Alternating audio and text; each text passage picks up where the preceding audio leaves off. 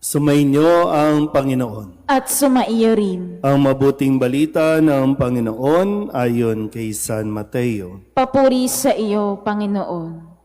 Noong panahong iyon, sinabi ni Jesus sa kanyang mga alagad, "Kayo'y asin sa sanlibutan.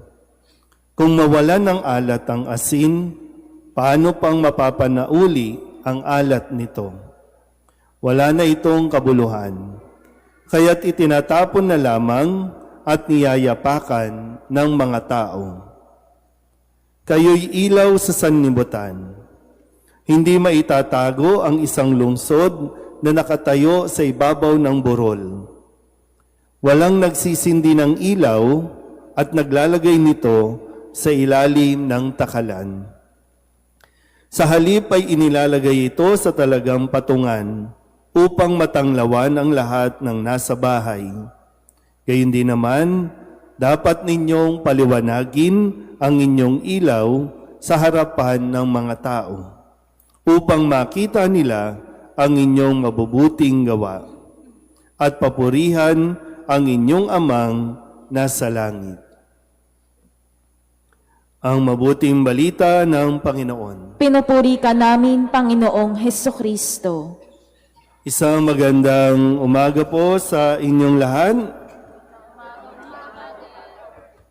Noong nakalipas na linggo, pinaalalahanan tayo na nawa mas makita natin ang ating mga buhay sa araw-araw, hindi bilang kawawa, hindi bilang api, hindi bilang lugi, kundi makita natin na tayo po ay mapalad.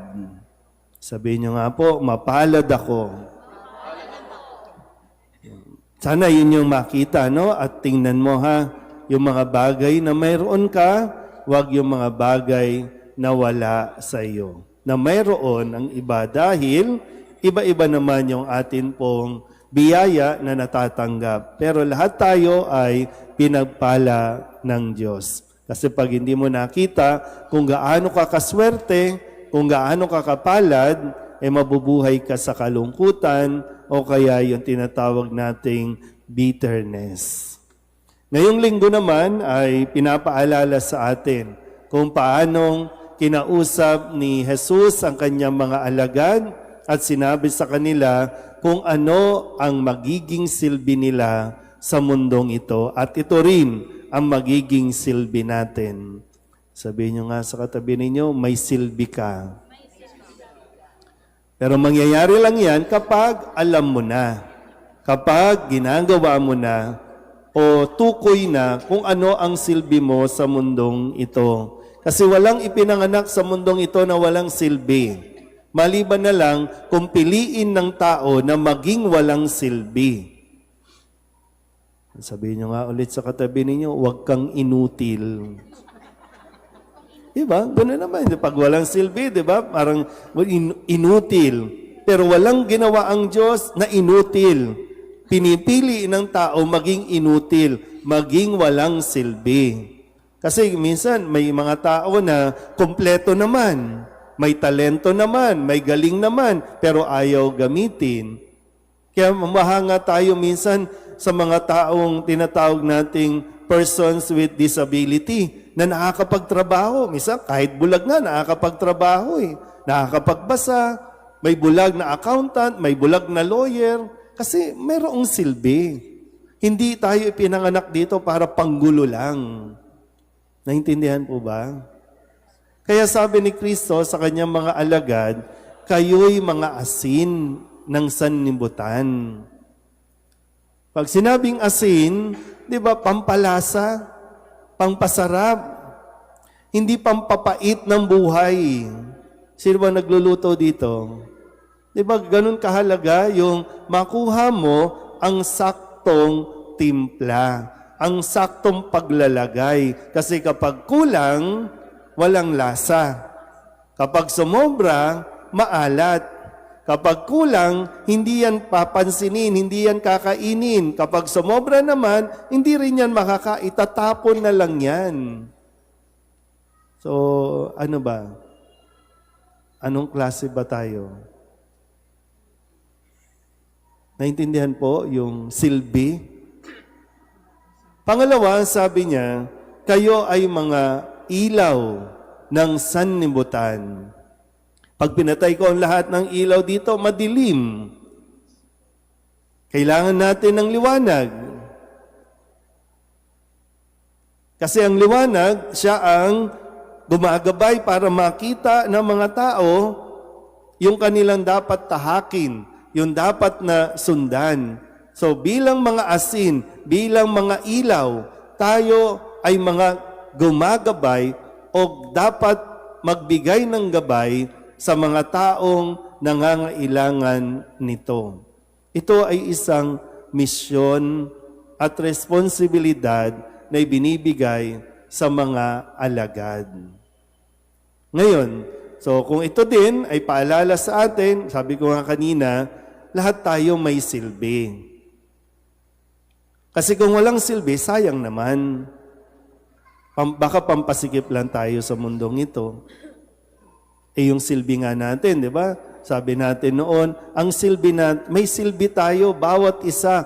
Kaya nga bawat mamamayan, mahalaga. Lalong-lalo na, alam nyo, napakahalaga kahit yung mga pulube, kahit yung mga natutulog, mga homeless, di ba? Minsan pag araw ng eleksyon, napakahalaga niya. Di ba? Nagkakaroon ng halaga. Kaya lang, yun nga, no, parang tuwing kailan lang, ay dapat araw-araw. Kaya nga sabi sa aklat ni Propeta Isaías, paano ba tayo magliliwanag? Paano natin maipapakita ang liwanag natin? Biniyayaan ka. Hindi pwedeng sa sarili lang. So magliliwanag tayo, ang sabi niya, kung mayroong mga taong walang damit, damitan. Kung walang tirahan, bigyan ng tirahan, patuloyin. Kung walang makain, pakainin. Yun, doon tayo nagliliwanag. At sabi din na ang makikita nila, hindi ang ating mga sarili, kundi ang Diyos. Kaya sabi ni San Pablo sa kanyang karanasan, sa sulat niya sa mga taga-Korinto, na hindi na yung pamamaraan ng mundo, hindi na yung pananalita niya, hindi na yung pananalita ng tao, kundi kung ano ang pananalitang binibigay ng Espiritu Santo. Yun yung pagiging sakto. Kasi kung sobra, kung ano man yung sobra, di ba sabi nga, anumang sobra, masama. Pero kapag tayo, sumusobra na, ang tawag dyan, bida-bida. Sarili na ang ipinapakilala. Sarili na ang iniaangat. Kaya nakakasilaw na. Di ba minsan kapag yung mga tao na maraming alam, na para bang lahat na lang ng gagawin ng iba, pwedeng punahin at pwedeng makita yung mali, puro mali, kasi siya na lang yung tama, yun yung sobrang liwanag. So hindi yun makakabuti. Kaya nga kahit sa amin dito sa simbahan, sa paglilingkod, di ba, mga choir, o mamaya, mayroong blessing ng mga organist.